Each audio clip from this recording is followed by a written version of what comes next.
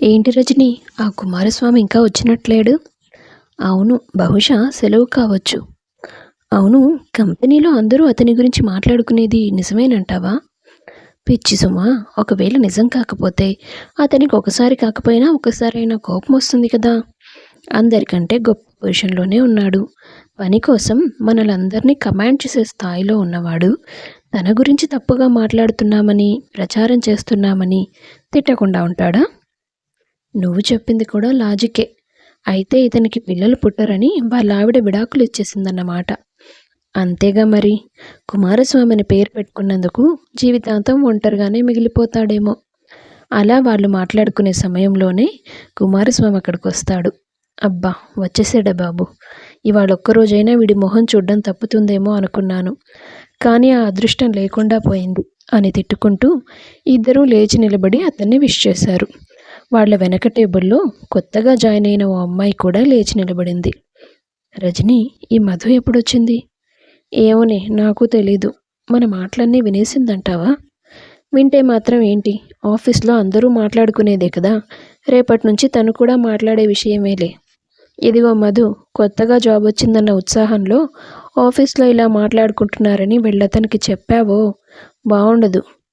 అయ్యో లేదండి, నేను ఎవరితోనూ ఏమీ చెప్పను. కాకపోతే మీకే ఒక మాట చెప్తాను. మీరు మాట్లాడింది నిజం కావచ్చు, కాకపోవచ్చు, కానీ అదేమంత పెద్ద విషయం కాదుగా.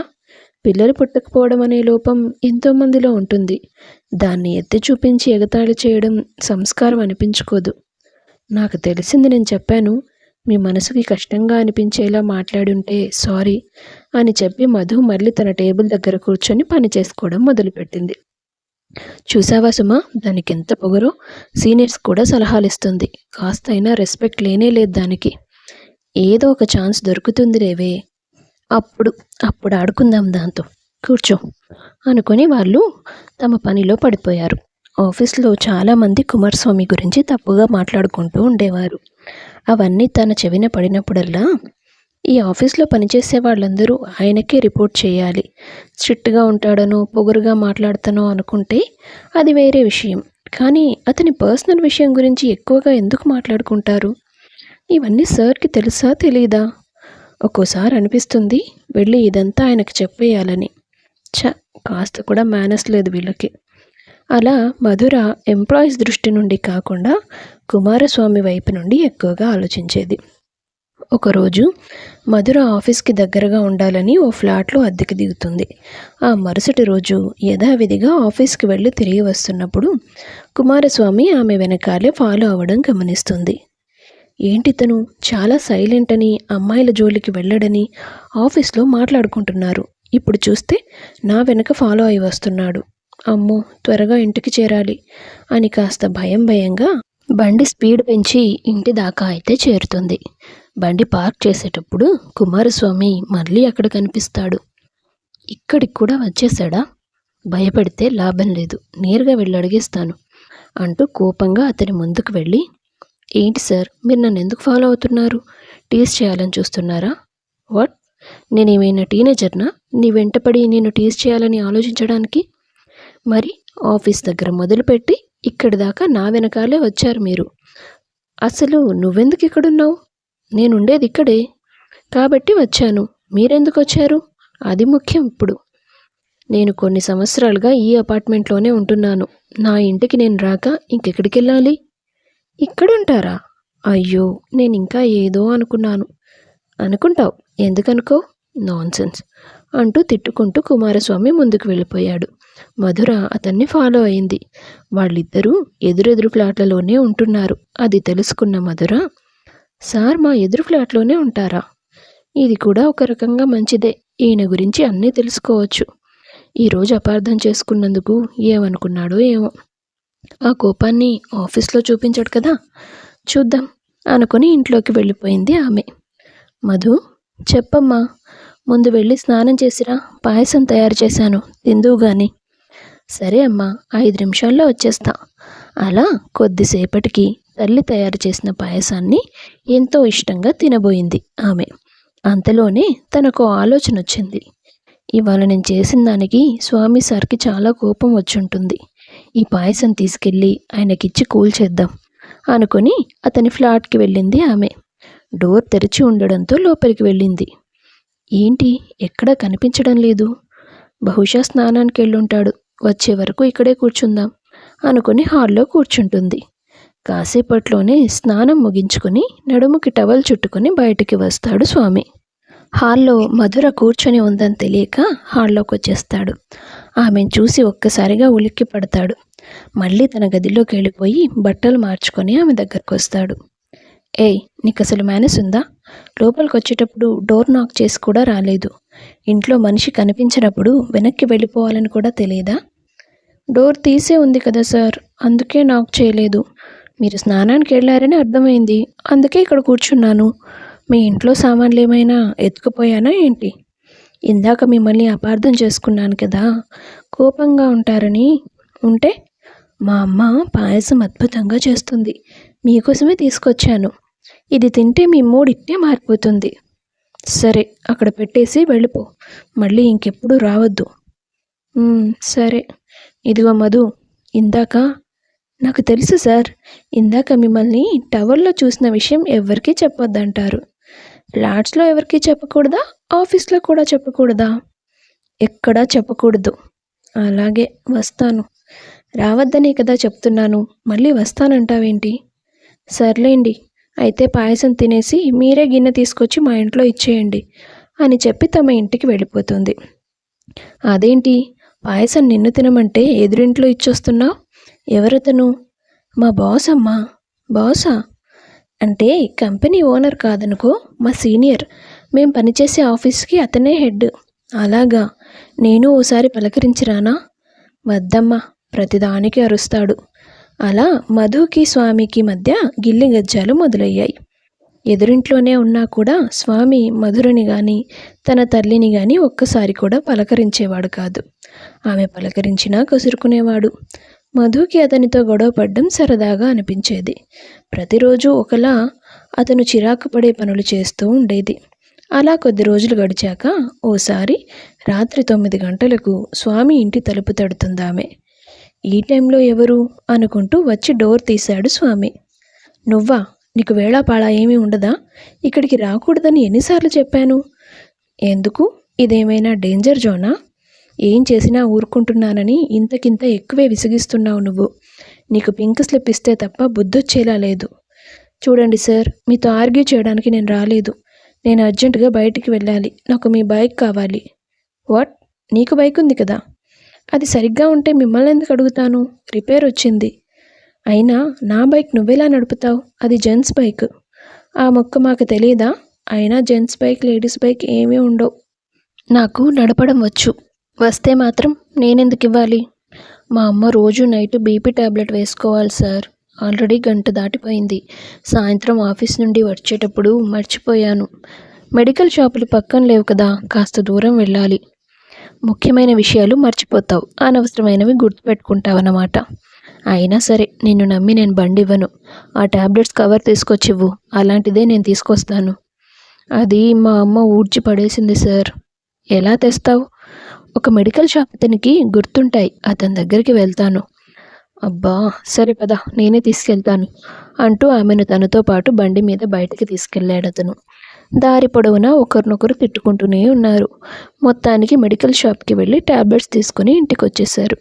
మధుర తన తల్లికి ట్యాబ్లెట్స్ ఇచ్చి, సారీ అమ్మా, నేను మర్చిపోవడం వల్లే ఇవాళ లేట్ అయింది. పర్లేదులే, అప్పుడప్పుడు ఇలాంటివి జరుగుతాయి, దీనికంత ఫీల్ అవుతావా? బండి రిపేర్ అన్నావు, ఎలా వెళ్ళావు?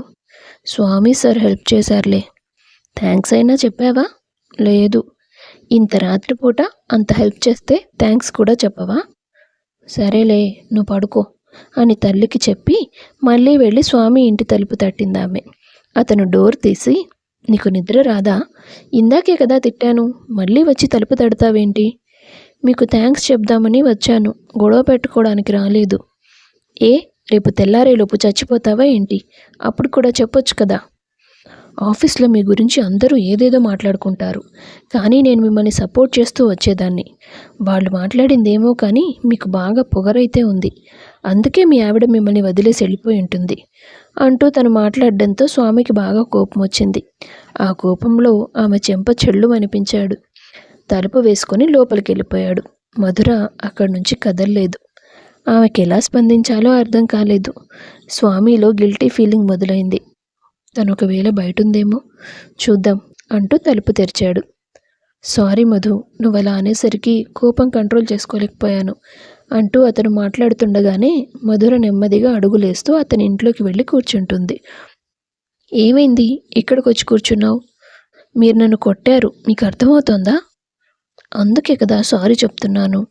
ఈ టైంలో నువ్వు ఇక్కడ ఉంటే ఎవరైనా పొరపాటుగా చూసినా చాలా తప్పుగా అనుకుంటారు. ఇంట్లోకి వెళ్ళు. లేదు, నేను వెళ్ళను. మీరు చెయ్యి చేసుకునేంత తప్పుడు మాట నేనేమన్నానని? నిజమే కదా అన్నాను. అదిగో మళ్ళీ అలాగే మాట్లాడుతున్నావు. అసలు నీకేం తెలుసు నా గురించి? సీరియస్నెస్ తప్ప మనుషుల్ని అభిమానించడం, అభినందించడం ఏమీ తెలియని ఒక మూర్ఖుడిని అనుకుంటున్నావు నువ్వు. ఎప్పుడూ ముభావంగా ఉంటే ఎవరైనా అలాగే అనుకుంటారు. ఆ ముభావం వెనుక ఎంత బాధ ఉందో నాకు మాత్రమే తెలుసు.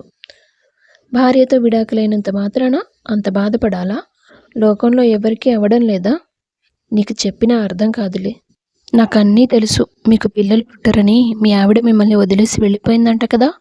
ఆఫీస్లో అంతా అదే చెప్పుకుంటున్నారు. మీకే తెలియదు. నాకంతా తెలుసు.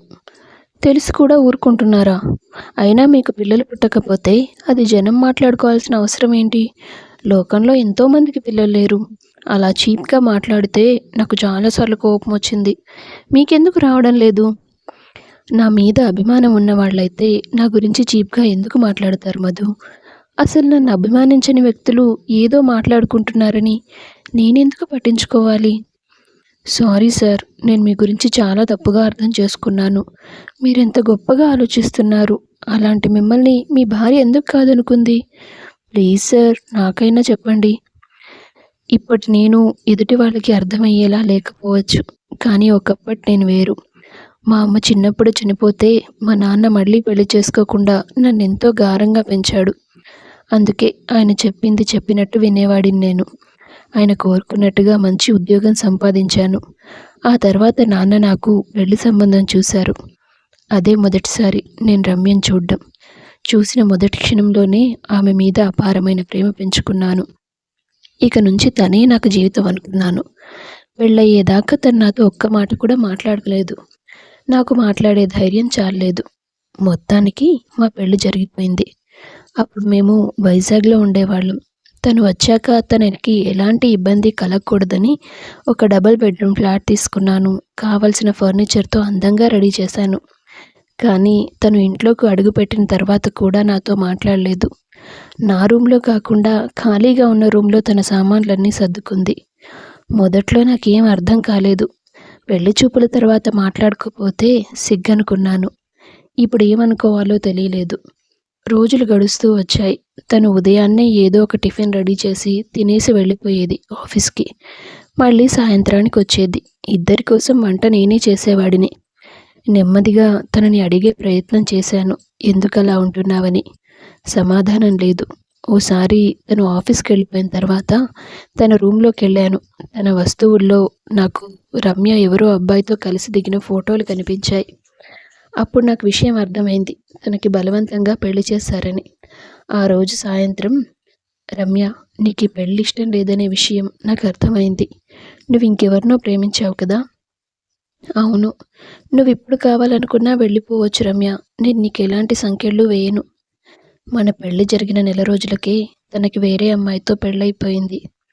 ఓ అలాగా. ఒకరిని ప్రేమించి మరొకరితో కలిసి బతకడం అంటే మనసుకి బాధగానే ఉంటుంది. నీ పరిస్థితి నేను అర్థం చేసుకోగలను. దేవుడు మీ ఇద్దరికీ రాసి పెట్టలేదనుకో.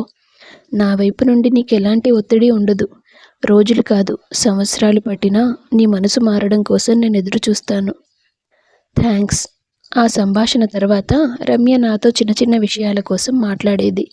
ఇంట్లో పనులు కలిసి చేసుకునేవాళ్ళం. కానీ అంత కలుపుగోలుగా అయితే ఎప్పుడూ ఉండలేదు.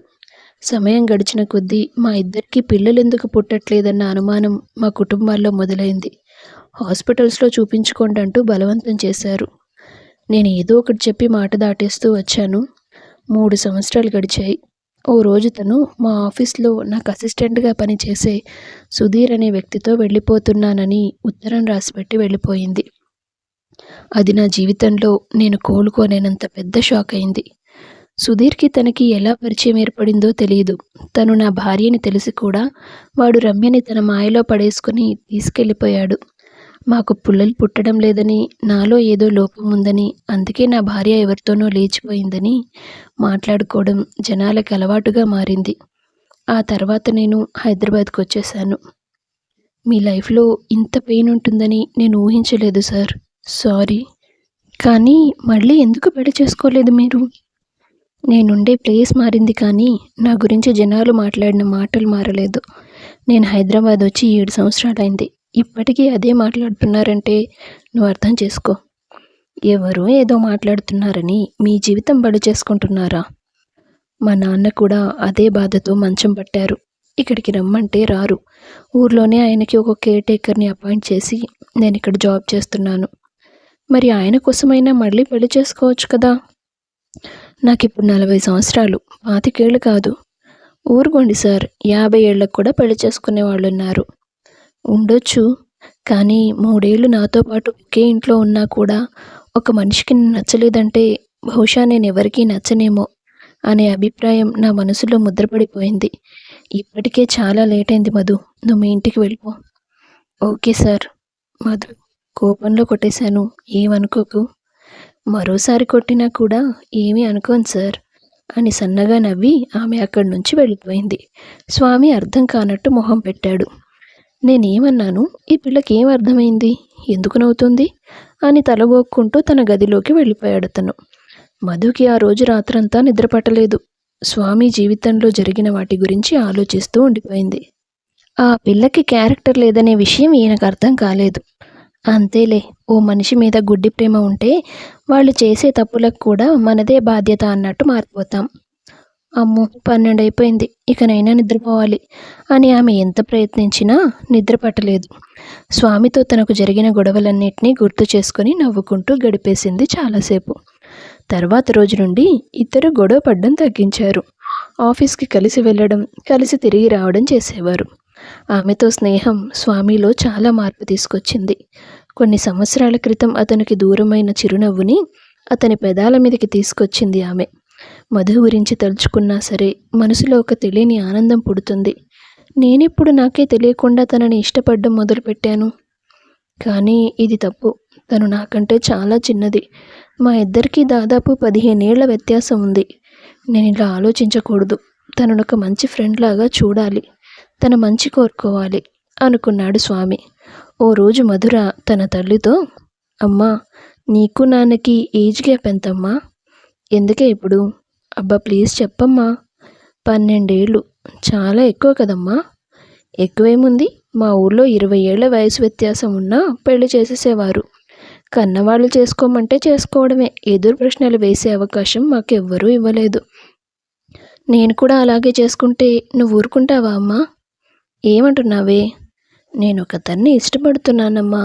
కానీ అతని వయసు ఇప్పుడు 40 ఏళ్ళు. అదేం పోయే రోగమే? 40 ఏళ్ల మనిషిని పెళ్లి చేసుకుంటే పిల్లలు పుట్టకపోతే? ఎందుకు పుట్టరమ్మా? నిజంగానే పుట్టకపోతే ఎవరినైనా దత్తత తెచ్చుకుంటాం. నువ్వు ఒప్పుకో అమ్మా. ఇంతకీ ఎవరు? ఎదురింటి స్వామి గారేనా? అవును. నేను అనుకున్నా ముందే ఇలాంటి మ్యాటర్ ఉంటుందని. ఆయన చాలా మంచివారమ్మా. మరి పొగరుబోతున్నావు? అప్పుడు ఆయన గురించి తెలియక అలా మాట్లాడాను. ఇంతకీ అతనికి ఇష్టమేనా? తెలీదమ్మా. ఇకపైనే ఒప్పించాలి. అయితే ముందు ఆ పని చెయ్యి. పెళ్లి గురించి తర్వాత ఆలోచించవచ్చు. సరే, ఇవాళ రాత్రంతా బాగా ధైర్యం కూడబెట్టుకుని రేపు పొద్దున్నే మాట్లాడతాను. అలా చెప్పిన ఆమె మరుసటి రోజు స్వామి ఇంట్లోకి వెళ్తుంది. హాయ్ మధు. Hi sir. ఏంటి శారీ కట్టుకున్నావు? బర్త్డేనా? కాదు సార్. మరి పెళ్లి చూపులు నీకా? ఈ వయసులో మా అమ్మ పెళ్లి చేసుకోదు కదా సార్. చేసుకున్నా నాకేం ప్రాబ్లం లేదు రండి. కానీ ఆ మాట అంటే ఆ రోజు మీరు కొట్టినట్టు చెంప పగలగొడుతుంది. సారీ. All the best. నాకు కొద్దిగా వర్క్ ఉంది, నేను బయటికి వెళ్ళొస్తాను అంటూ ఇంట్లో నుండి బయటికి వెళ్ళిపోబోయాడు అతను. మధు అతని చెయ్యి పట్టుకొని, మీకు ఎలాంటి వర్క్ లేదని నాకు తెలుసు. నేను మీతో ఒక ముఖ్యమైన విషయం మాట్లాడడానికి వచ్చాను. ఏంటది? నేను మిమ్మల్ని పెళ్లి చేసుకోవాలనుకుంటున్నాను. మధు, ఏం మాట్లాడుతున్నావు? మీ మనసులో ఉన్నదే మాట్లాడుతున్నాను. నేను చెప్పానా నీకు? మీ ఫోన్ చెప్పింది. పోయినసారి మీ ఇంట్లోకి వచ్చినప్పుడు మీరు కనబడలేదు. ఫోన్ చేశాను. నా నంబర్ని మై ఏంజెల్ అని ఫోటోతో సహా సేవ్ చేసుకున్నారు. చూశాను. ఓ సారీ, కానీ మన ఇద్దరికీ ఏజ్ గ్యాప్ ఎక్కువ అంటారు. నాకు తెలుసు. ఆ విషయం గురించి మా అమ్మతో మాట్లాడి తనను ఒప్పించి మరీ వచ్చాను. ఇంకెవరూ అడ్డు చెప్పరు. దీన్ని సాకుగా చూపించొద్దు. అది కాదు మధు. ఏది కాదు సార్. మీరు మళ్ళీ పెళ్లి చేసుకొని సంతోషంగా ఉంటే మీ నాన్నగారు కూడా కోలుకుంటారు. మీరు ప్రేమించిన అమ్మాయి మిమ్మల్ని మోసం చేసిందని నా ప్రేమను నాకు దూరం చేస్తారా? ఆమె వేసిన ప్రశ్నకి స్వామి దగ్గర సమాధానం లేదు. నిజమే మధు, నీ పరిచయం నా జీవితాన్ని చాలా మార్చేసింది. నీ చేయి పట్టుకొని నడవాలనే ఆశ నా మనసులో కూడా పుట్టింది. కాకపోతే ఏదో భయం నన్ను వెనక్కి లాగింది. తొందరలోనే మన పెళ్ళికి ముహూర్తాలు పెట్టిస్తాను. Thank you sir. అలా కొద్ది రోజుల్లోనే వాళ్ళిద్దరికీ పెళ్లి జరిగింది. ఆఫీస్ వాళ్ళందరికీ అదొక పెద్ద షాక్గా మారింది. 6 నెలల తర్వాత మధు నెల తప్పుతుంది. ఆ వార్తతో స్వామి మీద పడ్డ నింద పోతుంది. మంచాన పడ్డ స్వామి తండ్రి కోలుకుంటాడు. కొన్ని నెలల తర్వాత మధుకి పండంటి మగబిడ్డ పుడతాడు. పుట్టిన బిడ్డని అపురూపంగా పెంచుకుంటూ ఆ జంట కలకాలం సంతోషంగా బ్రతుకుతారు. కథ నచ్చితే వీడియో లైక్ చేసి షేర్ చేయండి. తప్పకుండా ఛానల్ను సబ్స్క్రైబ్ చేసుకోండి. మీ అభిప్రాయాన్ని కామెంట్స్ రూపంలో తెలియపరచండి. అందరికీ ధన్యవాదాలు.